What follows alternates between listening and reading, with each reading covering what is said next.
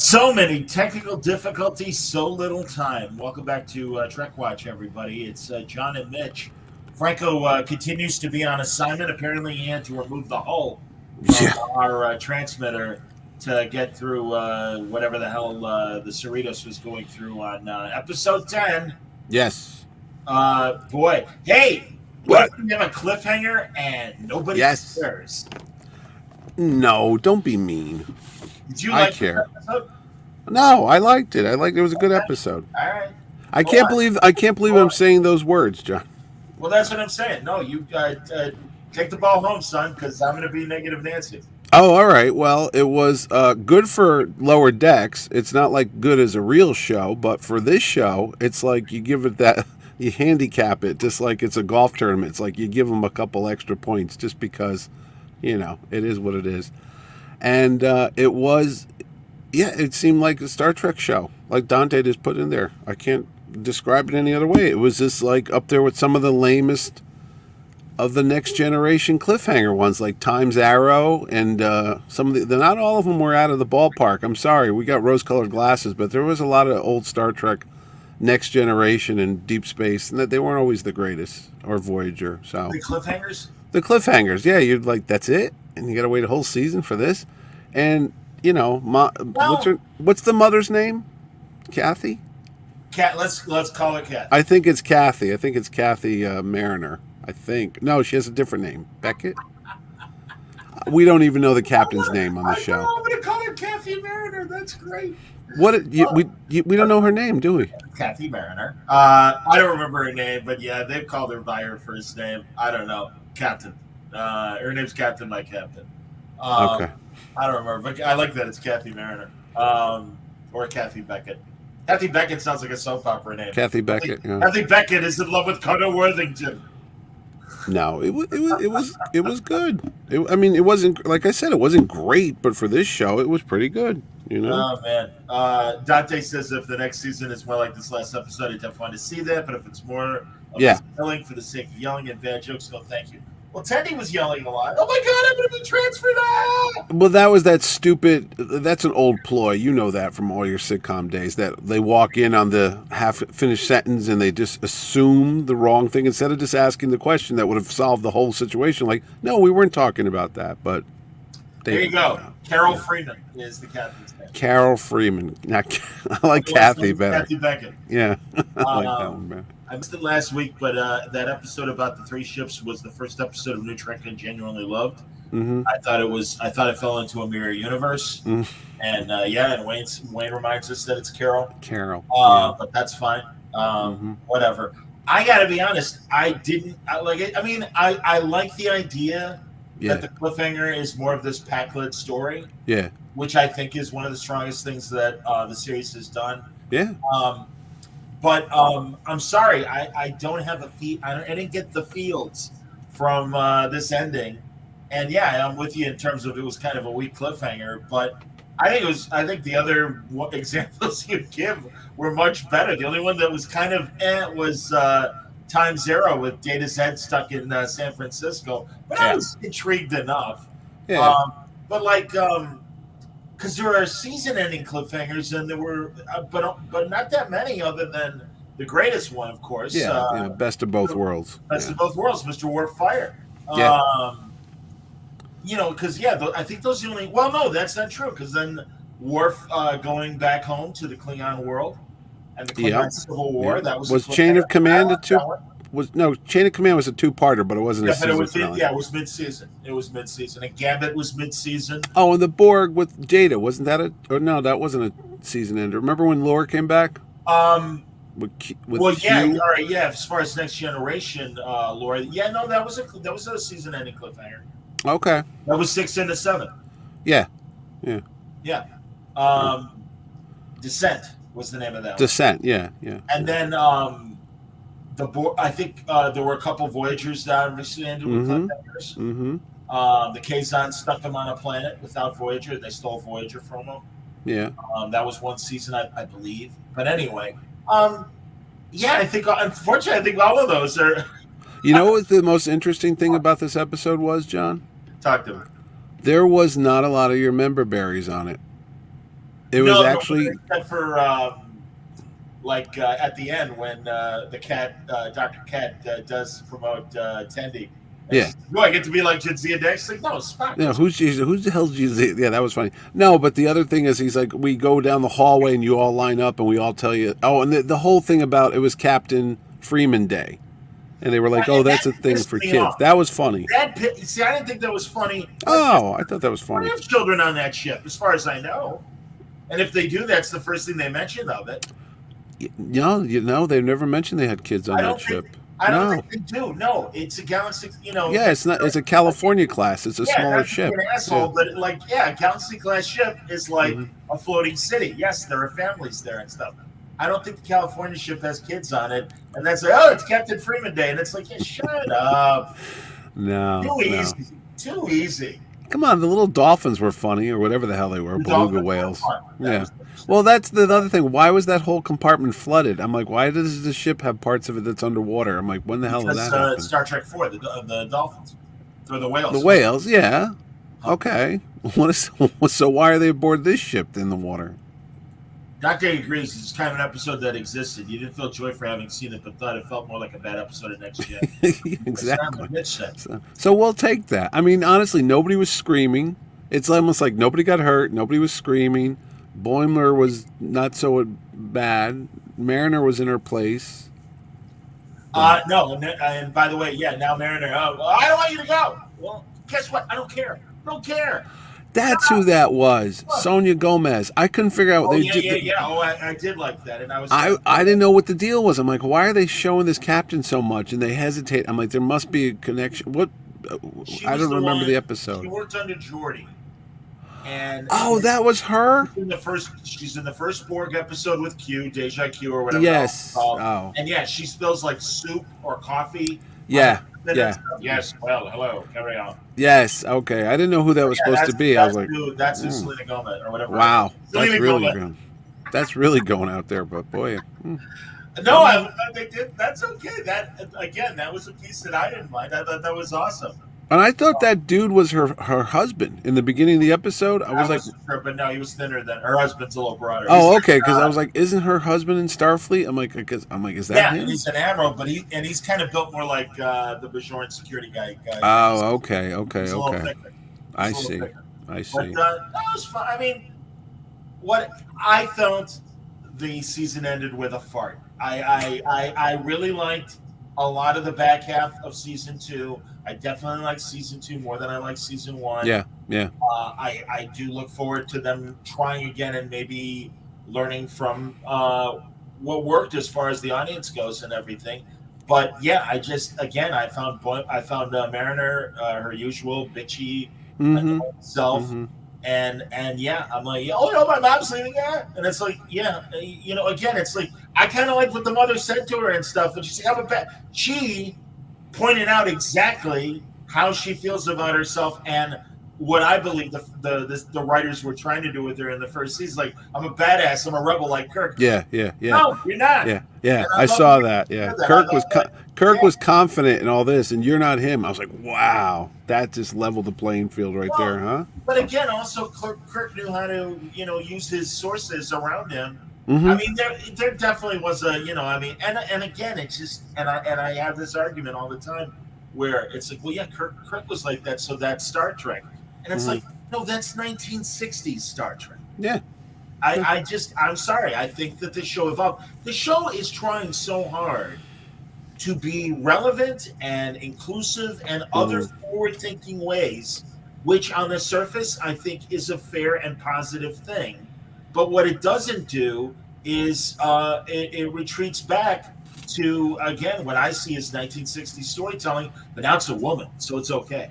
And that's like, okay, not for me, but okay, And the other subplot story, whatever you want to call it, the B, C, or D story, I don't even know, is what Rutherford with his with his eyepiece. I don't want to forget her, and his little thing was blotching up, and I was like, oh, okay. So he likes her, but he can never be with her because his memory's going to fill up. Why doesn't he just get a better hard drive? Well, isn't that interesting? Isn't that like the cyborg woman from Discovery, and once again, it's like, Yes. man, you guys do not have a lot of ideas, do you? No, I was like, I've seen this story before. I don't know where. Oh yeah, they did do it on that show. Oh. So again, it's like, okay, I guess, man. There's a guy, and I'm getting these two different British guys confused on YouTube. There's the Critical Drinker, who is just hilarious, and I believe is a Scottish dude.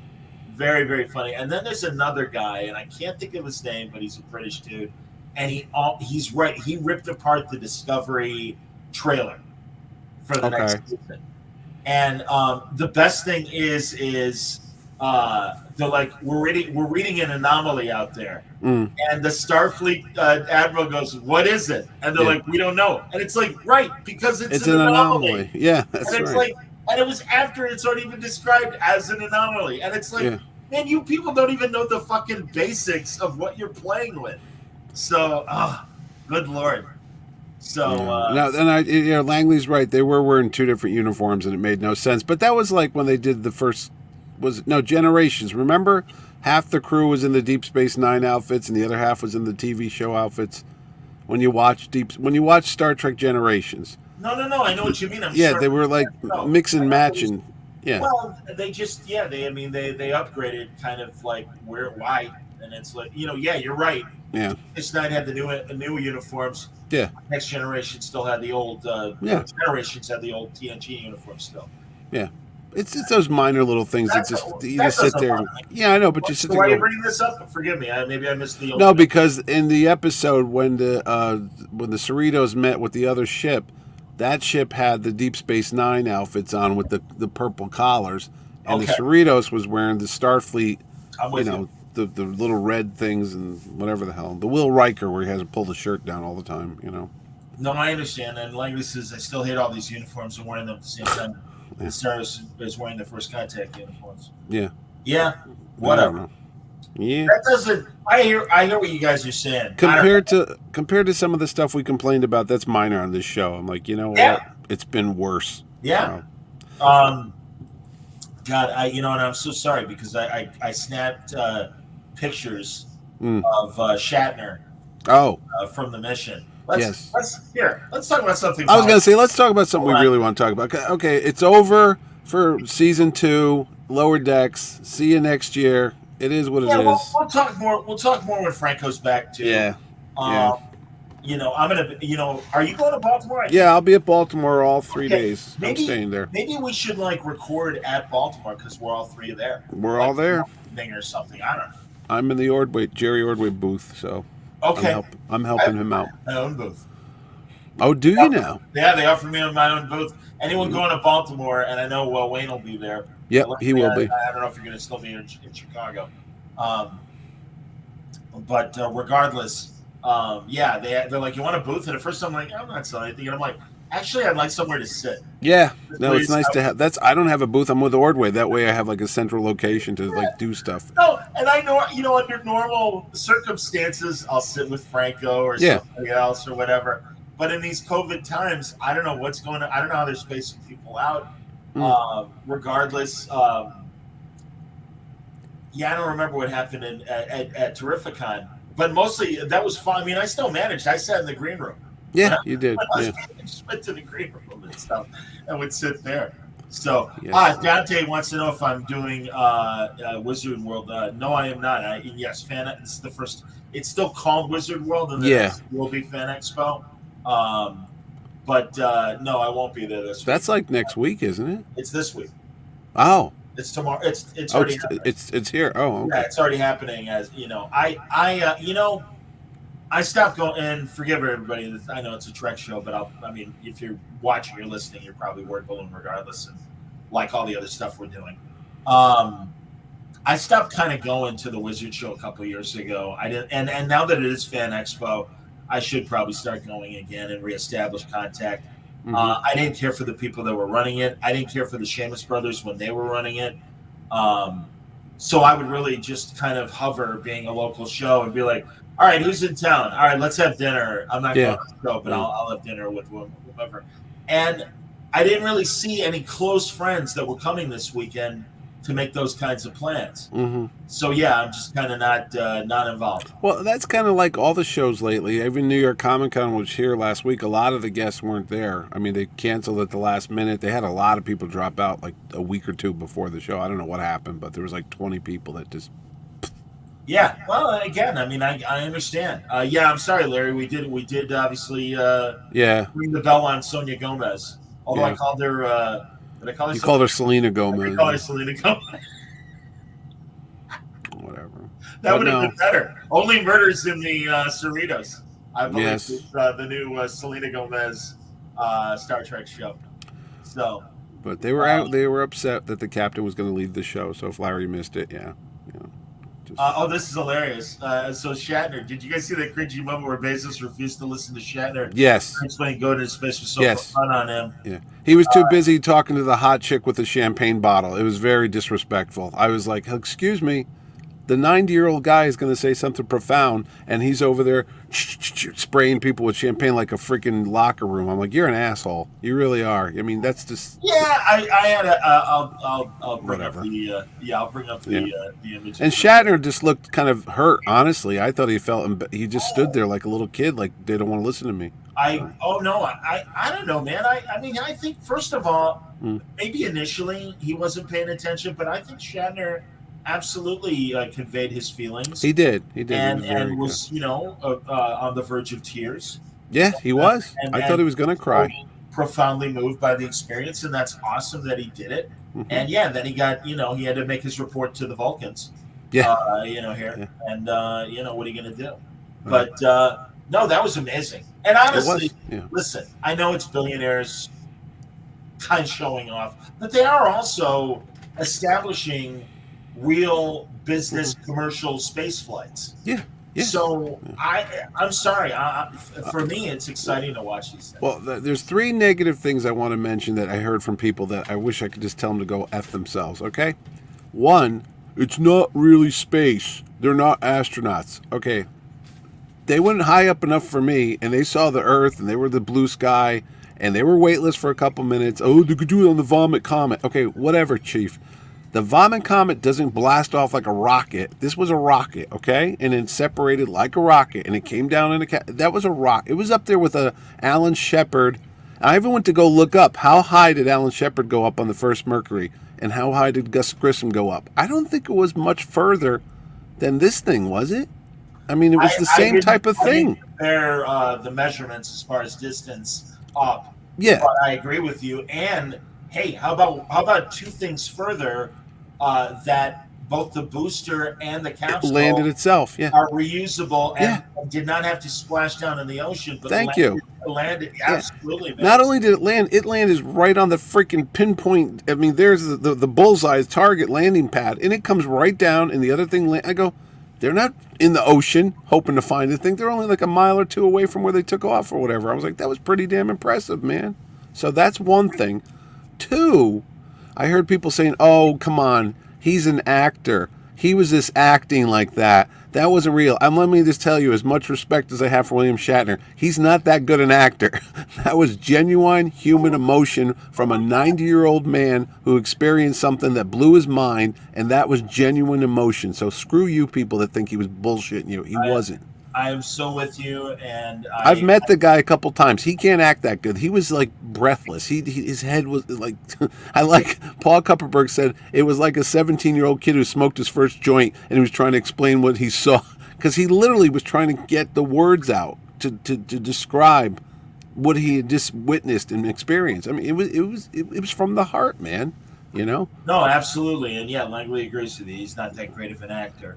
Exactly. Dante, I have no idea why Bezos rockets look like a peanut. Well, that's probably some personal thing they've got going on there. No, Oh, and the third thing pissed me off is George Takei. Now, look, I love George Takei.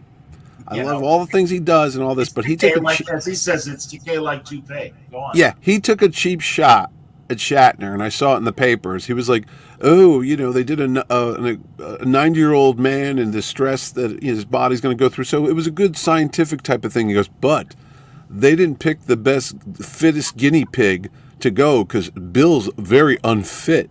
And I'm like, you know what? Yeah. For a guy who is the champion of the downtrodden and the picked upon and all the other people that are out there for race, creed, color, sex, whatever. He's always championed, like, we don't need hate, we don't need this, we don't need that. That was a hypocritical, body shaming moment. And I said, listen, here's what you should have said. I'm glad Bill had a safe flight and he came home okay. And I can't wait for my turn to go up. None of this nonsense about, oh, he's unfit, look at his body. Absolutely. Fuck you. Screw you. And I would love it if Takei ends up getting a flight as well. Yeah, exactly. But don't take it away. Every living, according to Shell, I don't want to do because, that's not going to be good. Yeah, I mean, don't take it away from the guy. He's 90 years old. God willing, we get to close that age, 90.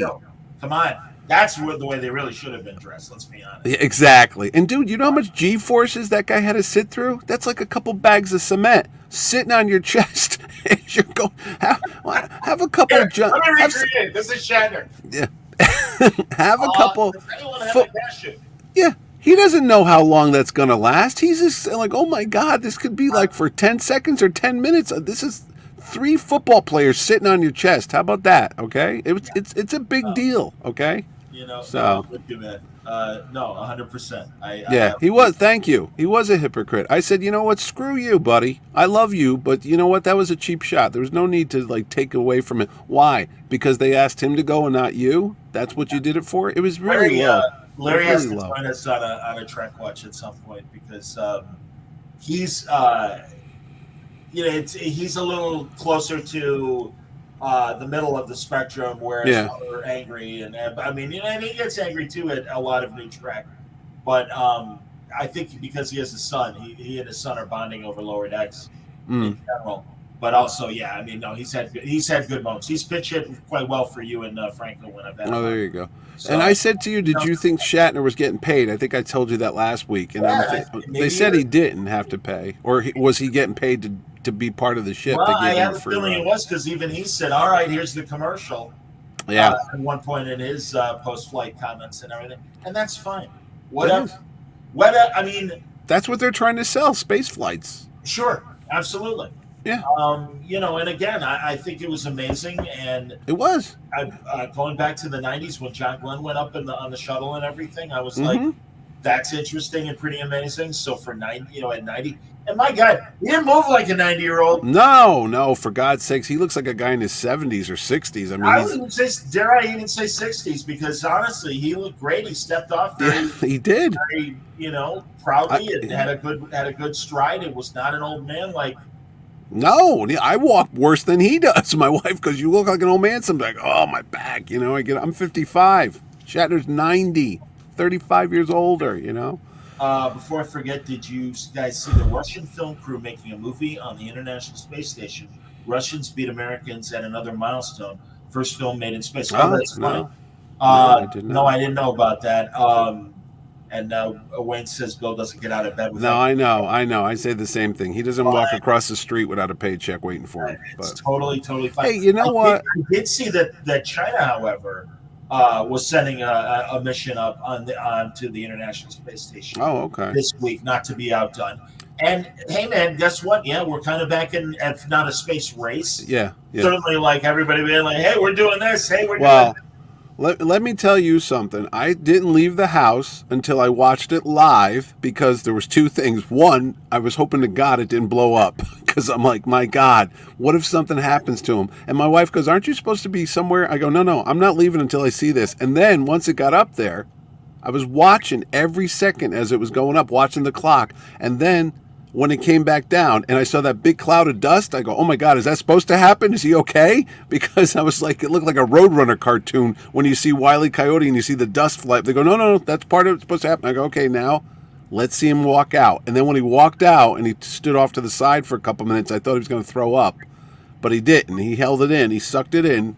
And then I said every network was covering this. I went through the dial, CNN, NBC, ABC. When's the last time you saw a space launch on all the networks. It was like I was a kid again in the 70s, Well, and they were covering it. I'm like, yes, and I got goosebumps watching it, dude. I was like, it's like that, the old days, you know? didn't that SpaceX flight hit all the networks as well? Maybe, but not like this, man. Everybody was like Shatner, Shatner, and everything said William Well, Shatner, William Shatner. I mean, yeah.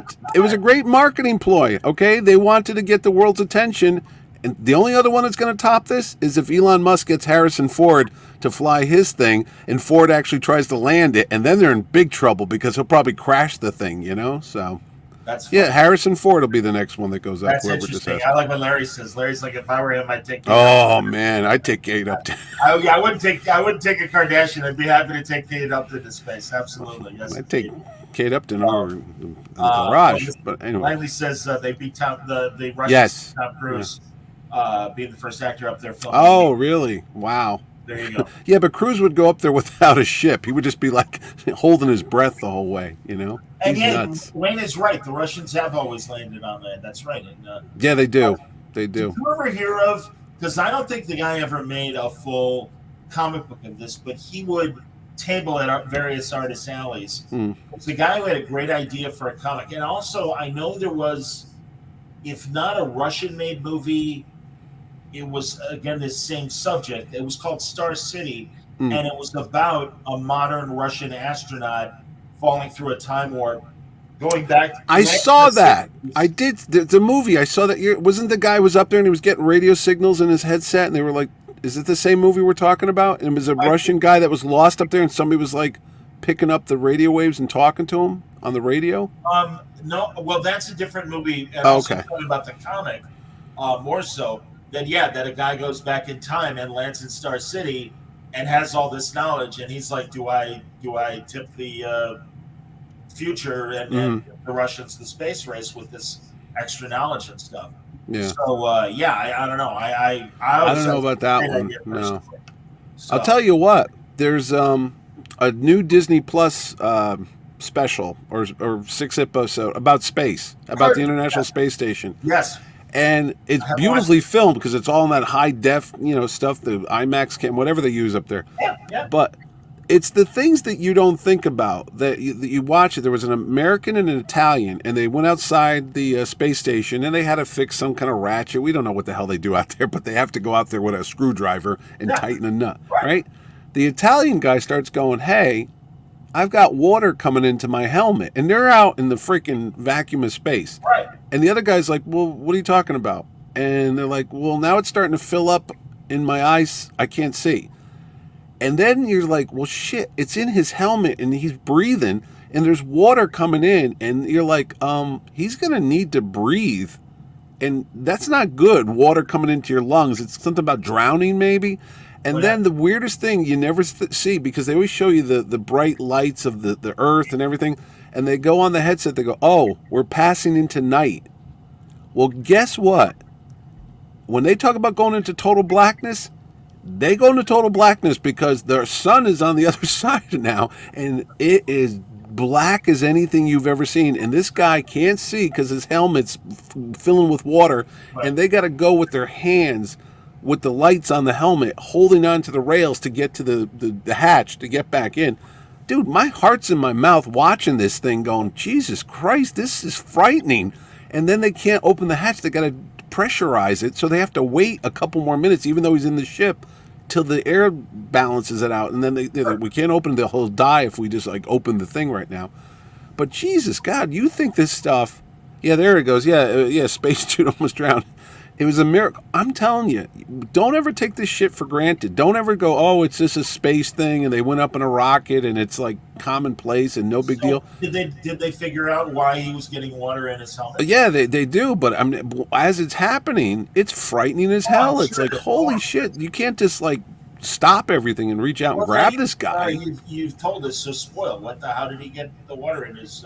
It's something just malfunctioned with the oxygen, and it started creating water. And as he's breathing, in his suit or whatever. yeah, it's turning into water, and it's filling up his helmet. I'm like, holy shit! So if you get a chance to watch it, it's on Disney Plus now. Larry has the answer, which is drinking water. It was drinking water was slowly leaking, but it's scary as shit to watch it. You're like, oh my God, dude. Yeah. Well, and I remember And they're calm the whole time, John. Their voices are level. These guys never get none. Oh my God! They're like, there okay, was something wrong with something, and I'm going to say the heating or cooling system. Larry pays attention to this stuff in much greater detail. Larry, of course, the author of Astronauts in Trouble. Larry Young, who's joining us, yeah, listening and stuff. And I know they had to do some sort of like crazy repair. And yeah, man, it's like it's not like all right, let's get a passing by ship and get a part or whatever. yeah, I exactly. mean, Let's go to Mako. they really have to just kind of calmly fix whatever's wrong. Yeah.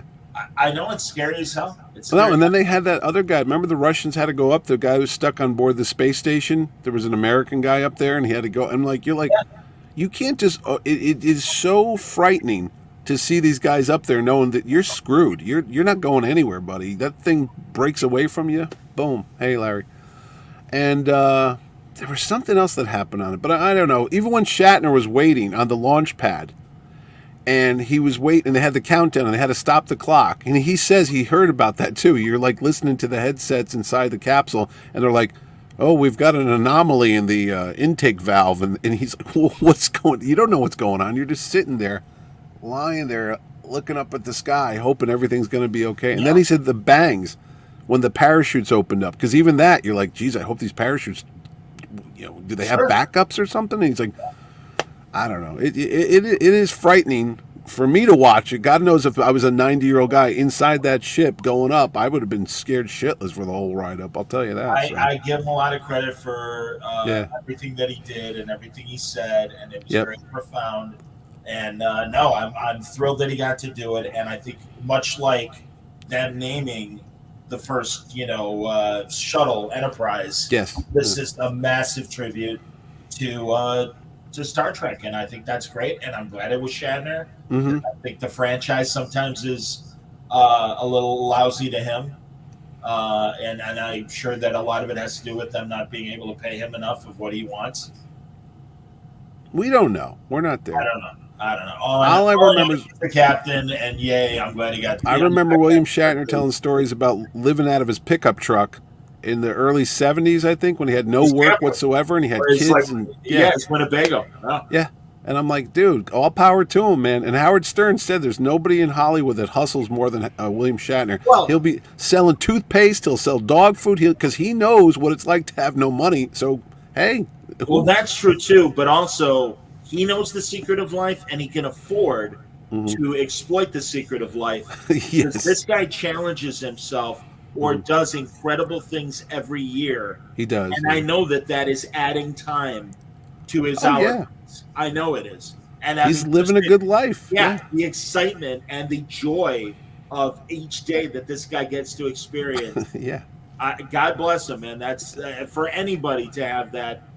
You are truly wealthy. He's a very fortunate guy. He's had a great career. He says he'll never recover. He's hoping not. So AAA does not serve a spacecraft. You're right, Wing. There's no AAA in space. That's very true, Wing. Wing. I'm sorry, Wing. Yes, he's a hustler. So what? So at least we know what he is.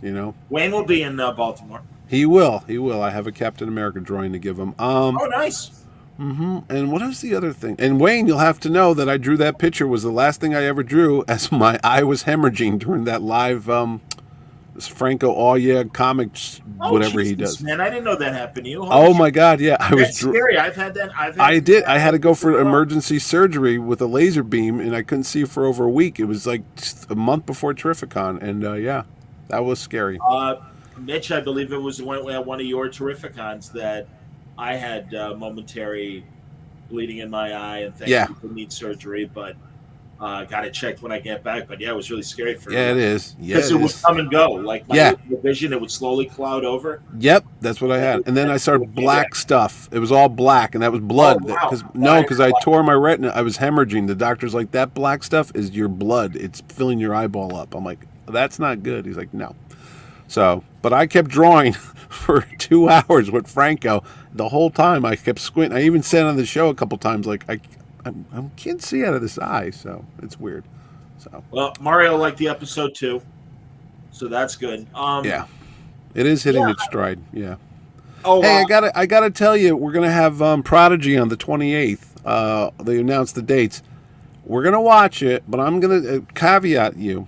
is this going to be too kiddish, a kiddie show? Like, are we going to be like, why are we watching this? It's for 6-year-olds. Mitch, respectfully, I felt that your initial reaction to the trailer, where you're basically, and forgive me for the comparison, but it sounded like you're like, this is basically Teletubbies. It's the Magic School Bus, I called it. Yeah, you called it the Magic School Bus. Yeah. I don't know how you gleaned that from that trailer. Well, I watch a lot of kids shows. I don't think that's what it's going to be. I hope it's not. If it ends up being that, then sure, I have no problem with bailing as far as us watching it. Okay. But I do think we should, at the very least. And it's no, I'll give it a shot. But I just because there's some Star Wars shows, and I watch the Clone Wars and I watch the Bad Batch. But there's some that are like way down there that they're designed for 6 and 7-year-olds, and I'm like, I'm not gonna watch that. Oh no, I'm with you absolutely. But I really don't think that's what Prodigy is going to be. I really don't. No, I wonder what the age range on it. You know how it's like TV 14 or whatever. So, Larry says Prodigy is the first branded Star Trek show I will not even sample the first episode. That not for me. And Todd says, "Please be good, please be good, please be good." Yeah. Well, we'll see. We'll see. I mean, what else do we got to watch right now? Nothing. Well, really, and as Langley says, if Prodigy is anything in the vein of Clone Wars or Rebels, it can work. That's fine. That's my suspicion. Or even Bad Batch, because I do think there's a little kiddishness in Bad Batch as well, but I still like it. Yeah. So that's hilarious. Wayne says Janeway's the new Frizzle. That's right. That was Lily Tomlin's character on the school bus thing, Magic School Bus. I'm with it. But what was the other things that happened in Trek wise besides Shatner? I think Shatner tops the year. I mean, you ain't going to compete that. Yeah. It's over for, what do you call it? Did you know what the ratings were like? Did you hear anything? I mean, did it do better? Yeah. No. The streamers really keep numbers to their chest. They don't want us to know. And in fact, it was really amazing when the Netflix chief was in an interview and revealed numbers about shows in a one-on-one interview recently. And that's the only time. And it was really great to see, like, the Old Guard, the Rucka movie. Yeah. He wrote with Charlize Theron and stuff. Yeah. It got like over 50 million. Oh, did it really? Yeah, and it was like, oh, that's fantastic, man. I'm really happy for Greg. Well, I wonder how many that Squid Game got, because they said that's the most watched show in the history of Netflix. I'm like, well, how many people is that, man? Well, and I'm sure internationally with, all the classic manga and anime kind of violent stuff, it seems like Squid Game fits that kind of box. And also, it's so popular internationally and everything that it doesn't surprise me. Yeah. So, hey, that impending strike that's going to happen, how does that affect production for the Trek shows? Is it everything that's currently in production gets to finish, or they just like walk off the sets and? Boy, I don't know, man. That's a Gabriel Hardman question. I'm not really sure. Yeah. Because I think it's coming soon, isn't it? Aren't they voting to strike like in the next week or so? Well, they already voted to authorize them, but apparently that has helped where, all right, they are continuing to negotiate and everything. Okay. So, Larry's right. They are doing a sequel to Old Guard. It did so. Yeah. Oh, there you go. Larry has an update. They're on strike Monday morning. Okay. Because I know that they finished Discovery, obviously, and Picard, I think, is almost done. I don't know. Yeah, I do know that. Now that you say that, Anson Mount. Yeah, the Brave New World. Strange New World's film. Strange New World Finished. So it's done. Okay. Finished. Yeah, but don't they need all the technicians to do the editing and the sound mixes? Oh yeah. And they're all going to be on strike. So we'll see how long the strike lasts. Yeah. I really do think that it's a matter, and certainly COVID doesn't help. No. But I mean, they're owed this money from streaming and all this revenue that's coming from streaming. Some guy said they got like 200 million subscribers to Disney or Netflix or one of them. They're paying $10 a month. It's like, how many billions of dollars do you people need? Spread some of the wealth, for God's sakes, So. And Larry says for people that are curious to follow the Facebook group Crew Stories for what's going on. Okay. And that's interesting. Langley says, I don't like this trend of streaming not having a third party that can vet the veracity of these numbers. They have no reason to be truthful. Yeah, but because they are also trying to attract investors. So it is kind of good to every now and then publicly announce, hey, by the way, this is how many people watch what we do. Well, I got to tell you, I saw a Bruce Willis science fiction movie last night on Netflix. First off, it's horrible. Don't even bother watching it. It's called I can't even think of the name of it. It was disgusting. It had Frank Grillo, Bruce Willis. Why are they paying? Bruce Willis doesn't do this for cheap. I'm sure they gave him a lot of money to be in this science fiction picture. So Netflix is just throwing money at people. I mean, they're just like, oh, we got Bruce Willis, we got this guy, we got that guy. It's When like, you have 100, like, and this is a conservative number, 180 million subscribers. Yeah. at $10 a pop, that's a lot of money, Yeah, but and you can afford to do that. So yeah, no, that's what they've been doing. Do you remember the Will Smith Bright? yes, One of the yes, early yeah, Netflix yeah. Oh, I thought it might have been just movies they couldn't release because of COVID, so they're like, "Oh, we'll sell it to Netflix." But I'm like, And I that wouldn't could be too. I mean, you really have to see if it was a Netflix production or Yeah. if Netflix just happened to buy the movie that was sitting on the shelf and everything. Oh, here you go. There's an article. What happened to Bruce Willis' career? Bad movies. Yeah. Okay, there's this was up there with one of them. So, but and Dune comes out this week because I talked to Kevin McGuire is upset because he's going to be at Baltimore Comic Con. He wants to go see Dune next week in a big theater, not on his laptop. So, I said we'll try to find a theater somewhere around there.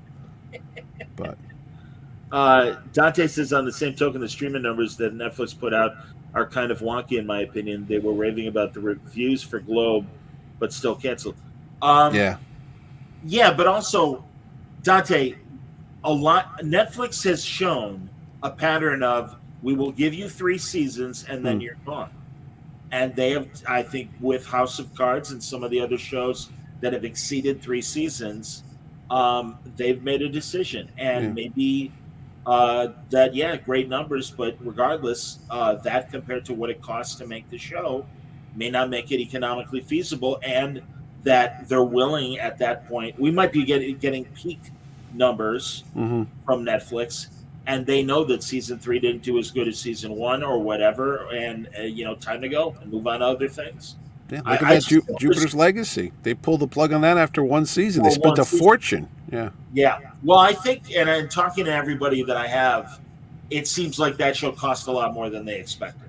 Yeah, it looked it too. I mean, it was great quality specs, but too bad. Okay, and then Larry says that Glow expired because of COVID. They paid everybody's contracts out, which was pretty classic. Yeah. Well, same thing happened to Rook and Stumptown. That thing was all set for a second season, and they couldn't film it, and they just pulled the plug on it. ABC did. Remember the one with Colby Smulders up there? They were filming in Seattle. Stumptown. Yeah, that was doing well, but but again because of COVID. So, well, Langley says cancel Glow and Minor just because COVID was ridiculous. Not your money, Langley. So it's easy for us to say that, but I wouldn't bet against Netflix. That's all. I don't know. I've been watching Foundation. Foundation on Apple is something to see. It's kind of boring, to be honest. I mean, it looks good, but it's really slow. Interesting. So, but trying to find some other science fiction. No, I understand. I still haven't seen Brave New World on Peacock, and I know that didn't get the greatest reviews, but I was still curious. Oh, I didn't even see that. I know there's a thing called La Brea, which is like lost in the inner earth or something. So, it's Neil Adams' theories. Oh, great. I'm kidding. Now he's got the expanding earth. That's his theory, but the world's getting bigger, not inside. It's blowing up. So. Well, and Langley was responding to my "Not Your Money." Very true, but very frustrating. And Larry laughed when I. Well, there's nothing worse than investing your time into watching a show that doesn't end. You're like, I just wasted 10, 20 hours on this, so I don't do Mindhunters and Glow not have satisfying endings for their season? No, Mindhunter did not. No, I don't know. That sucks. I assumed that it would be one season, one case. No. That sucks. Well, that sucks. That was the serial killer FBI. Yeah, it was a good show. Yeah. So we just don't know how it's supposed to go. And I haven't watched Lost in Space yet, Michael Cooper, but he says he's enjoyed it so far. Very cool. Stuff just drops out of nowhere. So. I understand. Well, folks, I'm sorry. I gotta end it there because Yes, you've got a thing at yeah, I nine had a o'clock with stupid day, Mr. Kennedy. everybody. I must apologize. I went to a funeral. My first cousin passed away, she was really in pain. So it's good that she's out of her pain. But that really did screw up my day, I mean, it's okay. I love her. It's fine. But unfortunately, it kind of impacted Word Balloon today, and that's why we had so much crazy shit. So Wayne says, "See, yeah, wasting time. That's like watching new Star Trek." Exact. I didn't want to say it, but Wing, So, he did. thank you, Dante. That's very nice. My condolences. I appreciate that. But regardless, yeah, and Langley says, yeah, both ended mid plot. That's too bad. Mm-hmm. Well, oh well. Thanks, Langley. Langley also wishing me condolences. Everybody, yeah. Yeah, it's, again, I will honor her by saying that she got me into reading Archie comics when I was a very little kid, and it was great. And I have told her many times, that I'm still doing this stuff partly because of you, and she thought that was hilarious. So, yeah. But I'm going to talk to I'm going to try and push it at maybe an extra half hour just to give me a little bit of a breather. But I'm trying to Phil Kennedy Johnson tonight about Superman and aliens and the John Kent Michigas. We'll see. But yeah. So that's the Word Balloon Live coming up later tonight. I hope you'll join us, and we'll try and record a Trek watch next week when we're all in Baltimore. Maybe that'll work. I have Wayne there too. Wayne will be there. Yeah. So I don't. Larry Live. coming unfortunately because he's on the West Coast, but All right. but yeah, we'll do that, and then yeah, we'll see if Prodigy is all right. I'm halfway through Coda, the Star Trek novel that's wrapping up the Star Trek novel continuity. I love it. It's fantastic. If you guys are missing good Star Trek, it's a great on the face of it a next generation story, but does also tie into Voyager and Deep Space Nine. So and it's so it's in that 24th century time period before Picard, and or at least it's alongside Picard, but whatever, and it doesn't follow the Picard Trek history, and that's why they're wrapping it up because they want the books to reflect what's happening on. Are you actually reading it or are you listening to it? Oh no, I'm reading it. Okay, because I was going to say I got to drive to Baltimore next week, so that's a 5-hour drive. So I might see if it's an audio book. You can I'll get download it as an Audible. You can get Oh it yeah, Audible. okay, yeah, Oh, yeah. something to listen to in the car. Besides the Word Balloon, of course. Well, thank you. That's what I'm listening to That's always. very nice. I appreciate that. No, those. I found I like the older Trek novels that were narrated by Takei and James Ewan, and they would get Nimoy to narrate the Spock parts and stuff. Oh, cool. The original like Simon and Schuster books, a lot of them were like that, and it was pretty cool. Especially the original series ones. But wow, Wayne taking 3 planes to get the boat. Oh, geez, Louise. Yeah. And Langley says certainly good things about it. Coda's great, man. Great book. So, and apparently now we're convincing Larry to check out Prodigy. So we'll see. Yeah, well, you indeed triumph. You can. We don't poop on it. We review it, man. We review it. There's a lot of poop out there. There's a lot of poop. Yeah, that's Franco mostly. He's got some incontinence. He's got a couple issues, exactly. Yeah, he's bowel problems. All right, there you go. That's it. Thank you, everybody, for watching. Until next time, we will talk to you. And until then, stay safe, stay happy, stay healthy, live long and prosper. And I got to find the one of the closers. Yeah, here it is.